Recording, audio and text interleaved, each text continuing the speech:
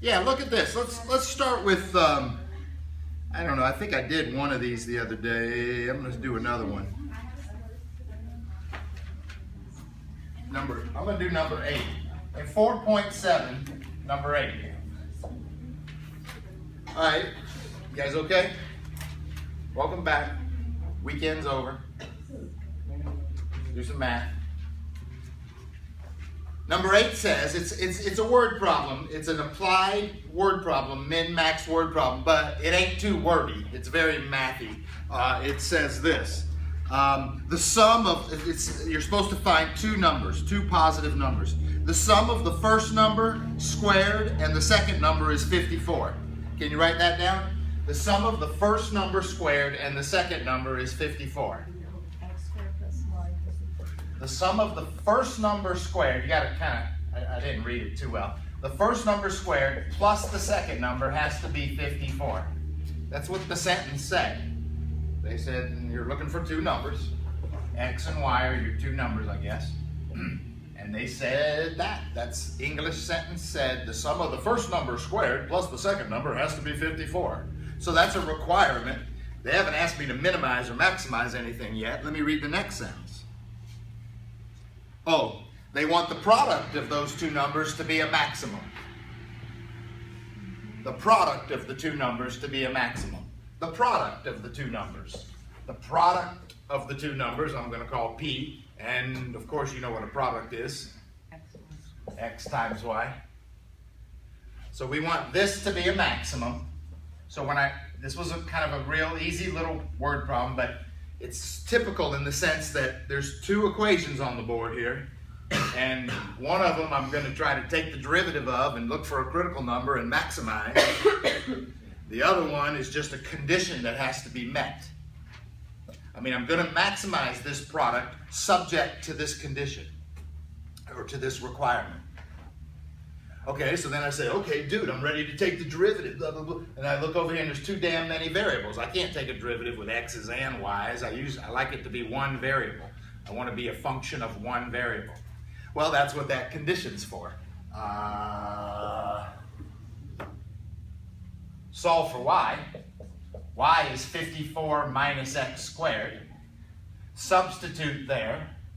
And you can now you have this product written in terms of one variable. And you can take its derivative, set it equal to 0, look for the critical numbers, and maximize it. Are you guys with me? Yeah. This is a real easy one here. This might even be on your take-home quiz. Is this on your take? Yes, it is. Damn, I didn't want to do this one then. Sorry. I put it on there exactly like this and I didn't reword it at all? No. Damn. All right, anyway. This is my product. What do I want to do? Maximize it. Take the derivative. Call the derivative P prime. 54 minus 3x squared. You set it equal to 0 to look for your critical numbers. 3x squared equals 54. If I move this over, do a little algebra, divide by 3. I'm moving up here. X squared is 18, I think, if I divide by 3. And take the square root, and x is plus or minus the square root of 18.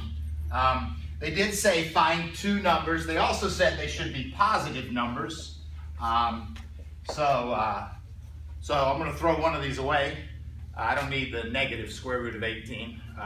So the answer is x's has to be the positive square root of 18. I mean, what I've just learned is I took my derivative and set it equal to 0. What I have is a critical number. And maybe you think maybe you should test it to see if it's a min or a max. But in these word problems, I tend not to because they asked for a maximum. I only got one critical number. It's got to be math. It's this, yeah, I don't need to test it and see if it's a min or a max. I'm pretty sure that's the answer.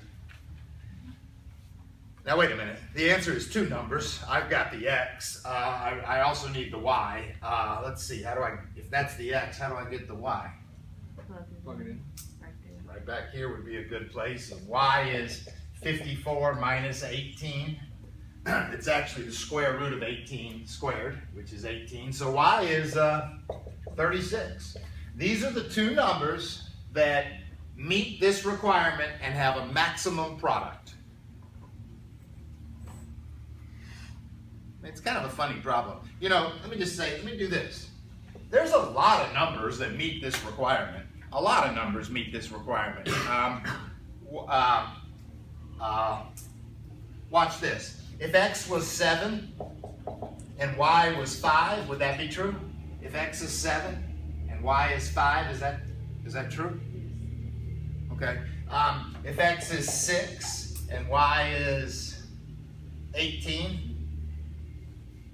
if x is 3 and y is 45, is that true?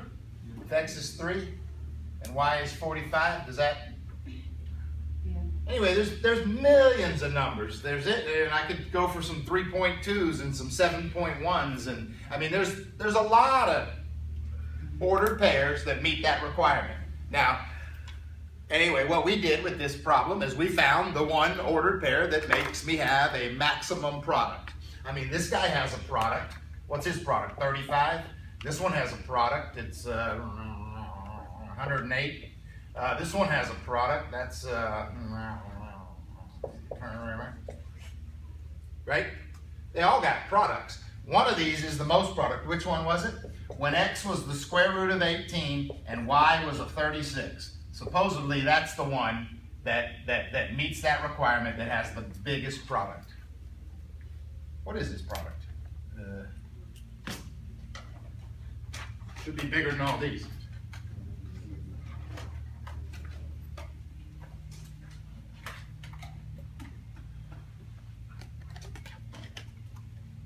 $152.735. Anyway, yeah, we found it. I don't know if that helps. I mean, I'm just trying to, at the end, I'm trying to outline what are we doing. There's a bunch of ordered pairs that meet this requirement, but we're looking for the one that has a maximum product. And through calculus, we found it. And I'm just showing you that there's a lot of potential answers, but this is the one with the biggest product, apparently. It was small. Let's do another one that's more like a word problem. Again, that was just kind of a very mathy. It was about numbers. I did area and perimeter. There's other area problems. That one's tricky. There's some tricky ones in here, man. Damn, they're all kind of tricky. I'm having a hard time picking one.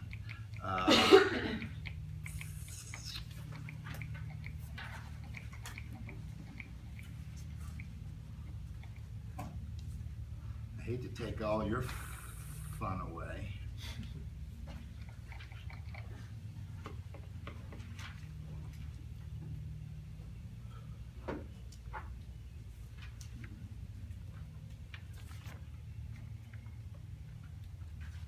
All right, you know what I'm gonna try? This is tricky. I don't know if I've ever done this before. I'm gonna try number 30.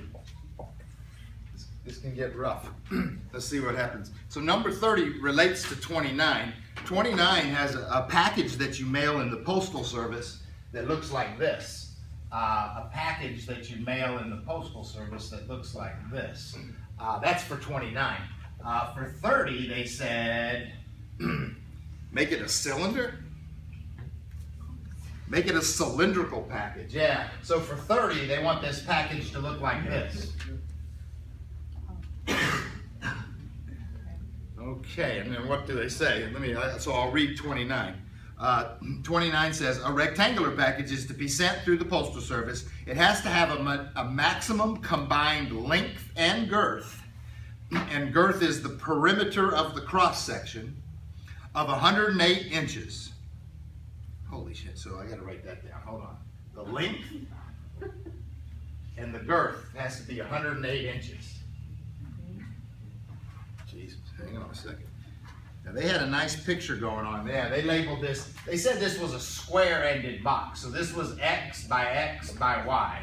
So let's work on 29 a second. They want the combined length and girth to be 108 inches. So what would that be? That would be the length. What's the length? Y. Y.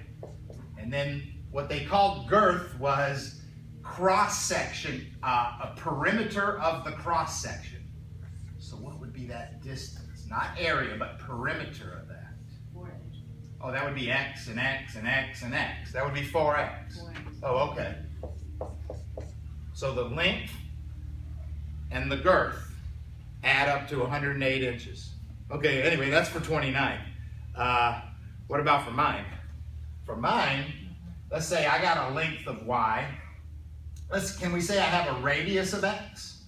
Yeah. Okay, so my length and girth, let's see, have to add up to be 108. Let's see, so that's y plus, X squared. well, let's see, what is the perimeter of a circle? The perimeter of a circle is 2 pi r. called the circumference, 2 pi r. and it would be 2 pi r, but my r is x. Are you guys okay with this? Yeah. My length and my I remember. cross section, 2 pi r, the rate, that's the Yeah. circumference of that circle, has to be 108. Yeah. Okay, cool. Now I must be minimizing or maximizing something. I haven't even read that far. Let me read a little further. For 29, find the dimensions, and that means the x's and the y's, those are the dimensions. Find the dimensions that have a maximum volume.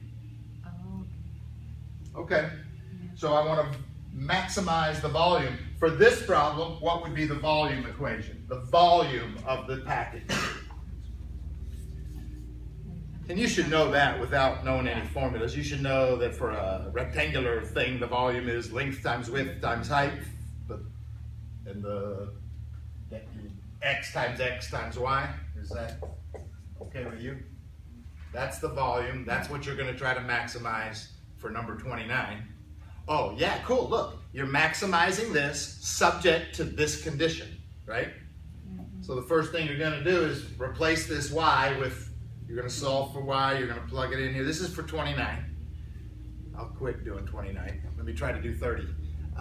What would be the volume of 30? Oh my God. The volume, oh, it's just a cylinder, you know. pi r squared. Just a cylinder. Yeah, what is a cylinder? It's the area of the bottom times how high it is. That's what a volume is. Right. It's the area of the bottom Times that. times how high it is. So we used to call it, if that's r and h, we call it pi r squared h. But hold on, I'm using different letters. What am I using? Pi x squared, pi x squared. That's the area of the base times how long it is. Okay, cool. That's my volume. I'm going to try to maximize that, but subject to this condition. Yeah, this is okay. I should be able to handle this. I hope. So that's a word problem, right, you guys? I mean, the battle is sort of drawing the pictures, labeling everything, reading the paragraph. I mean, now I feel like I don't even have to help you, but I should. I mean, now comes the math. I mean, I don't know. That was all reading. That was English. I don't know. Jesus. I feel like, you know this procedure. The procedure is you got to take his derivative and look for his critical numbers. And you say there's too many variables. I need to get rid of this y. Well, that's what this condition is for. What is y? Y is 108 minus 2 pi x. I'll plug that in for this y, and my volume equation becomes...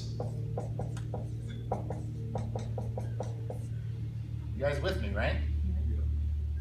And I'm gonna distribute that. That's 108 pi x squared minus, what the hell? 2 pi squared x cubed. Wow. Okay. Don't forget, pi is just a number. It's not a variable. Dude, that's my volume equation. Cool. Take the maximize him. Please maximize him, which means take the derivative, set it equal to 0, find your critical number. That's probably going to be your maximum. So take the derivative, shouldn't be hard, it's just a nice polynomial. The derivative should be easy, it should be 216 pi x minus 6 pi squared x squared. Set that equal to 0, Yeah. factor out an x. This is so much fun. Are you guys enjoying this as much as me? This is awesome. You guys with me? I took the derivative, it was easy. There's just some pi's in there that could confuse you, I suppose, but it's easy. I took the derivative, I'm setting it equal to 0 and factored out an x. Dude, I should set this equal to 0, that's x equals 0. You know, that's a critical number, but it probably doesn't give me maximum volume. If x is 0, you're probably going to get minimum volume. Would you agree? Okay. So I'm just trying to explain why does it show up as a critical number, because it probably is a critical. It's probably it's a minimum when x is 0. Obviously, it's a minimum when x is 0. And so that's not the critical number I want. I want the other one, which comes from setting this equal to 0. All right, this will be fun. I'm going to add this to this side. I'm going to divide. That's 216 pi divided by a 6 pi squared. That's pretty interesting. The pi's cancel, leaves a, and the 6's cancel too, I think. Is this 36 over pi? Yeah. Wow. Yeah. Which, you know, it's roughly 11 or 12 or 10 or something like that. What is it approximately? It's roughly 36 divided by 3, roughly, but it's 11.45. 11.45. Thank you. Yeah, we found it. I don't have to prove to you that it's a max. It's my only critical number, except for this one. So it's my only, this is the critical number that gives me a maximum. I had to meet this condition. I had to meet this condition for this package, for mailing this package. But the dimensions that will give me the most volume are that x, which is that radius, and what would y be? What would y be? 108. Yeah, here's y. Right. I got 36. Y is 108 minus 2 pi times that x, and that x is 36 over pi. The pi's cancel. It's 108 minus 72, which is 36. Dude, that's awesome. These are my dimensions. I should make my package this long. Y equals 36. X equals 36 over pi. It'll have the maximum volume.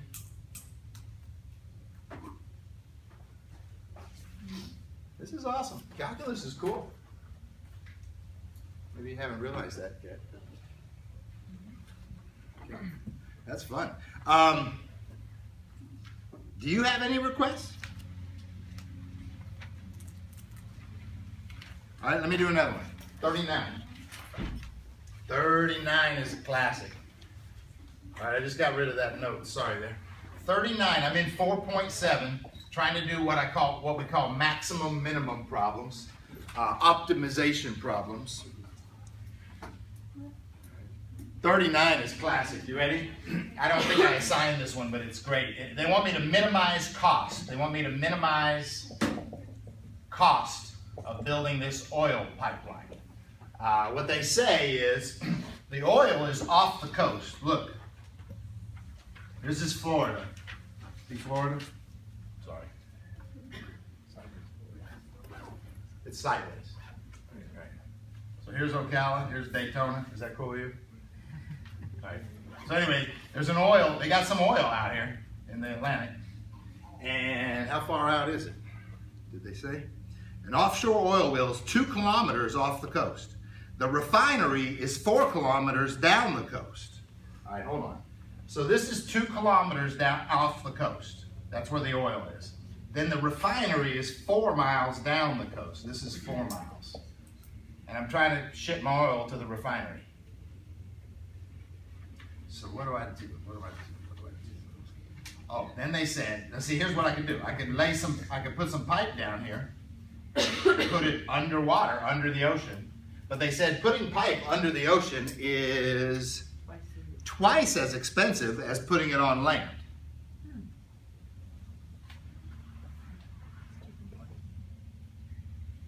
So I could just go here. So if that's so damn expensive, then maybe I should do this. Let's go hurry up and get to the land, and then, because that'll make that part cheaper, right? Under the ocean will be a little bit cheaper, and then I'll go down the coast like that. Actually, here's my three options. Go straight to the coast and then down the coast. Or just go straight to the place. I mean, that is expensive, but at least it's the shortest damn distance, right? But underwater is expensive. This is the water out here. Or, here's another option. Go somewhere in between and then down the coast. I mean, what I have here is sort of the two extremes. Put it all underwater, or put the least amount underwater and then go down the coast, or somewhere in between. And if you go somewhere in between, then we don't know where that is. Let's call this distance x. If that's x, and the whole distance is 4, what do you call this distance here? 4 minus x. 4 minus x, she just said. Is that cool, you guys? Yep. That whole distance is 4. We're going to call this x, and that leaves that to be 4 minus x.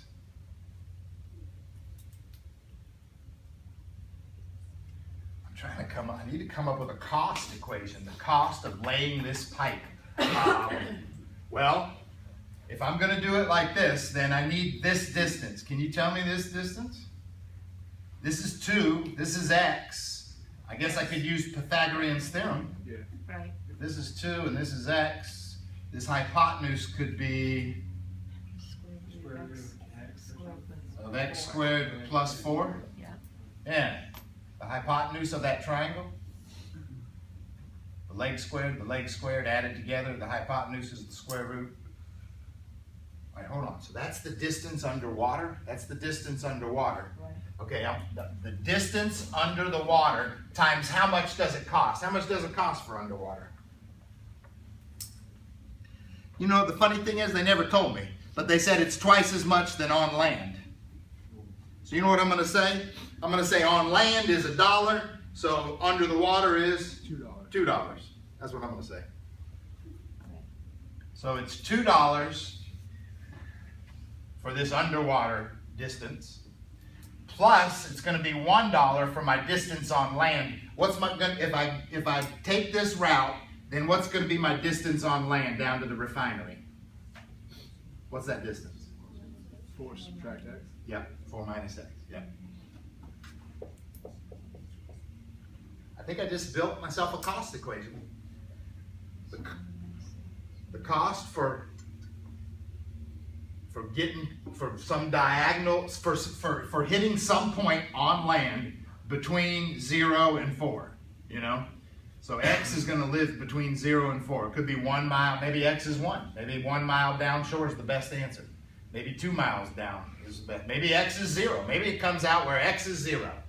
Maybe it comes out where x is 4. Maybe it's cheaper to just go straight over there. We don't know. If we do the calculus, we'll know. Which means what? Take the derivative, set it equal to 0, find your critical number. Right?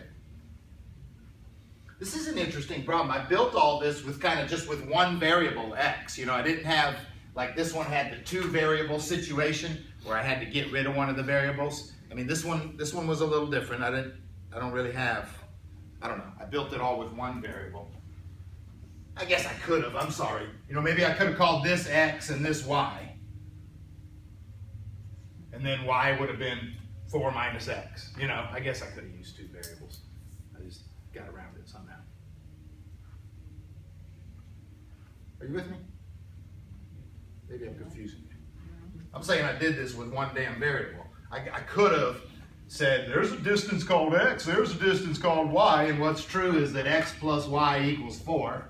So I could have called this distance y, but then what would I have done with that y? I would have called it for my, anyway. Too much explaining. Too much explaining. Here we go. I want to do a derivative and set it equal to 0 and find my critical number, and then I'll know where to put this oil.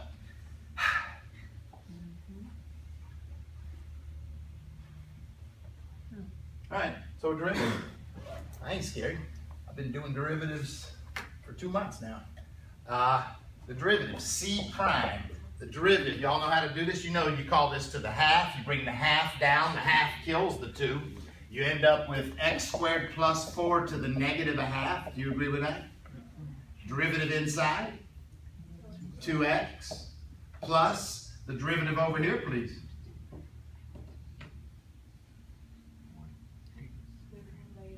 Thank you very much. Negative 1. That's awesome. Hey, we're setting this equal to 0. What this looks like a 2x over a square root. And this is a good old minus 1. Let's see. I wonder how you solve this here. Let's see. I'm going to add the 1 over. All right. What do you guys want to do? Question. Huh? Did you bring the half down? I did. I killed the 2 when I did it. I brought the half down, killed the 2, negative 1/2. Yeah.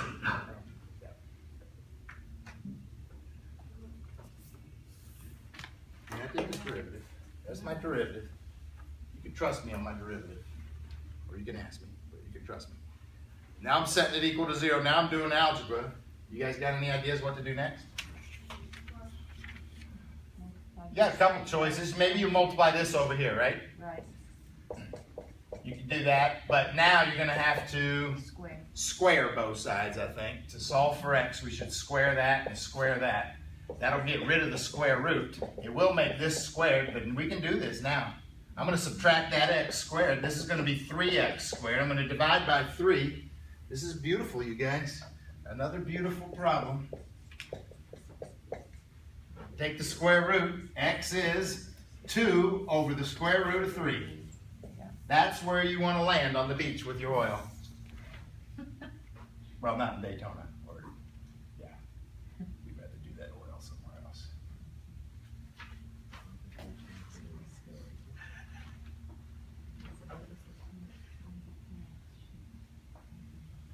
What is that number? It's just a number. 1 point something? 1.3, 1.2? 1.2 miles, roughly. 2 kilometers. Kilometers.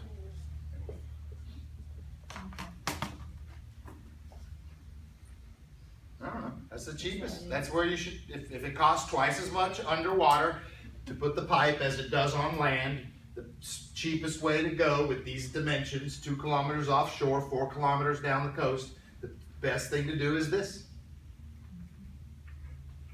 Yep, that's the cheapest construction of this pipeline. Cheapest construction of this pipeline. Yes? Would you want us to rationalize it? Well, that's what I sort of just did. Oh, Or like, oh no, I didn't. No, nope. That's good. We've reached a mathematical maturity level where we don't care about that. Did you guys know that? I mean, she just asked. Maybe you guys also wanted to know. She's talking about rationalizing the denominator. I'm ever since kindergarten, I'm sick of this.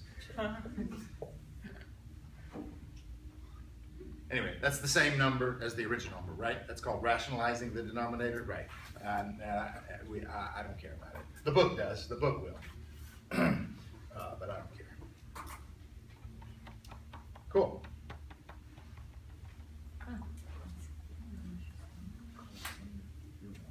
You know why you used to rationalize? You know why they make you rationalize denominators? Let me tell you a story. Yeah. Okay, I'll tell you a story. Because when you have 1 over the square root of 2, and you were, before calculators, 1922 Yes. or something like that, what would you do? The hell would you do? How would you even know this? Anyway, maybe you would look up something and you would know that the square root of 2 is 1.414, blah, blah, blah, blah, blah, blah, blah. And you would try to divide that into 1. And that's a 1.0000000, right? So how are you going to start dividing this?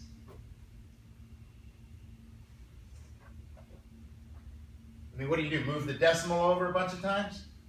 Shit, how many times are you moving it over? Infinity.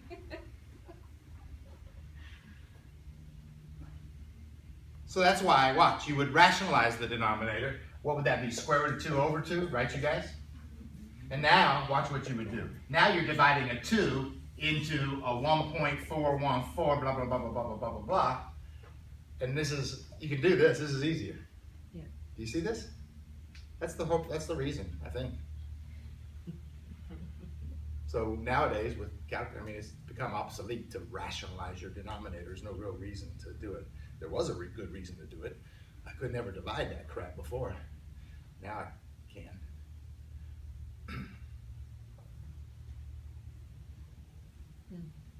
But now it's just a button on a calculator, so it doesn't matter anymore.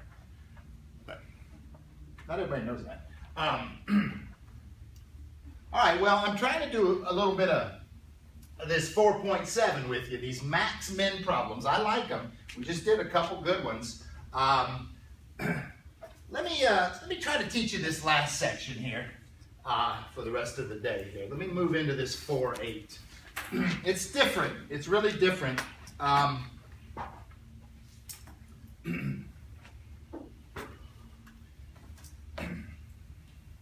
It is, so it's called 4.8. It's about these differentials. Okay, so listen. Okay, so when I have a function y, I can take the derivative. I can call it y prime. I can call it f prime of x. Another name is dy dx, right? Which kind of says I'm taking the derivative of y with respect to x. I mean, all these are just three different names for the derivative, the slope of the tangent line, blah, blah, blah. All right, so if I focused on this one for a second, watch this. Dy dx equals f prime of x, if you don't mind. I mean, these are all three derivatives. And I want to focus on this one. And then I want to, okay, I hope nobody hears me say this. Well, whatever. I want to pretend that I'm doing a little algebra, and like I'm taking the dx. I mean, you've always thought of this dy dx as kind of one thing. It's the derivative. It's called dy dx. It's called y prime. It's the derivative. It's dy dx. But it's dy over dx, and if you thought about it algebraically as multiplying the dx up to this side, then you can kind of have a meaning for what is dy and what is dx, maybe. Maybe. And individually, that's what these are called. The dy is called a differential, and the dx is called a differential. By themselves, dy and dx are differentials. And they have this relationship, and I got this relationship sort of from this relationship. Did you believe that? Did you buy that? Mm-hmm. Sort of multiply the dx to the other side? Yes.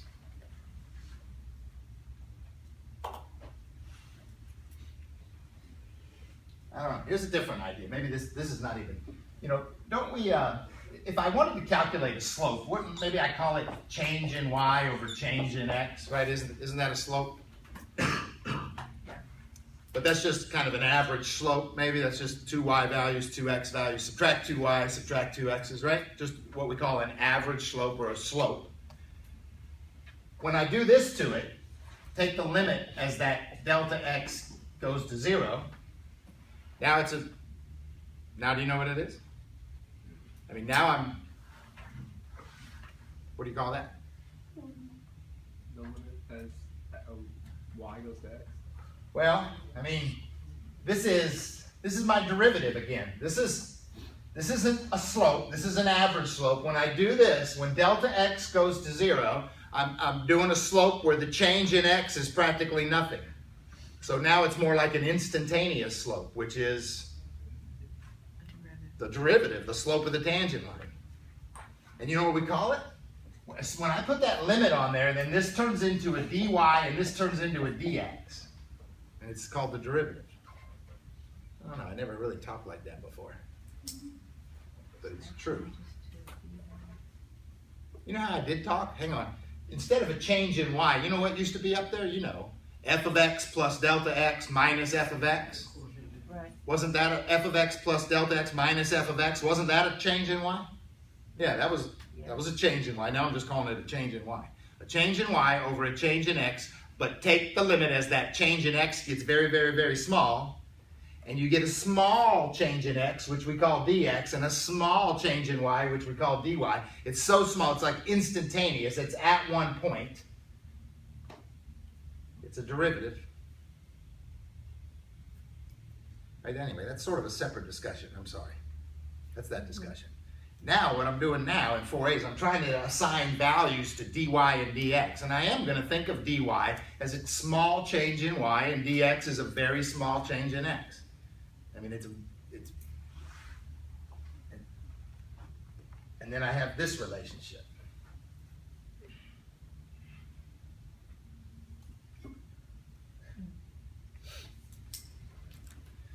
I don't know how.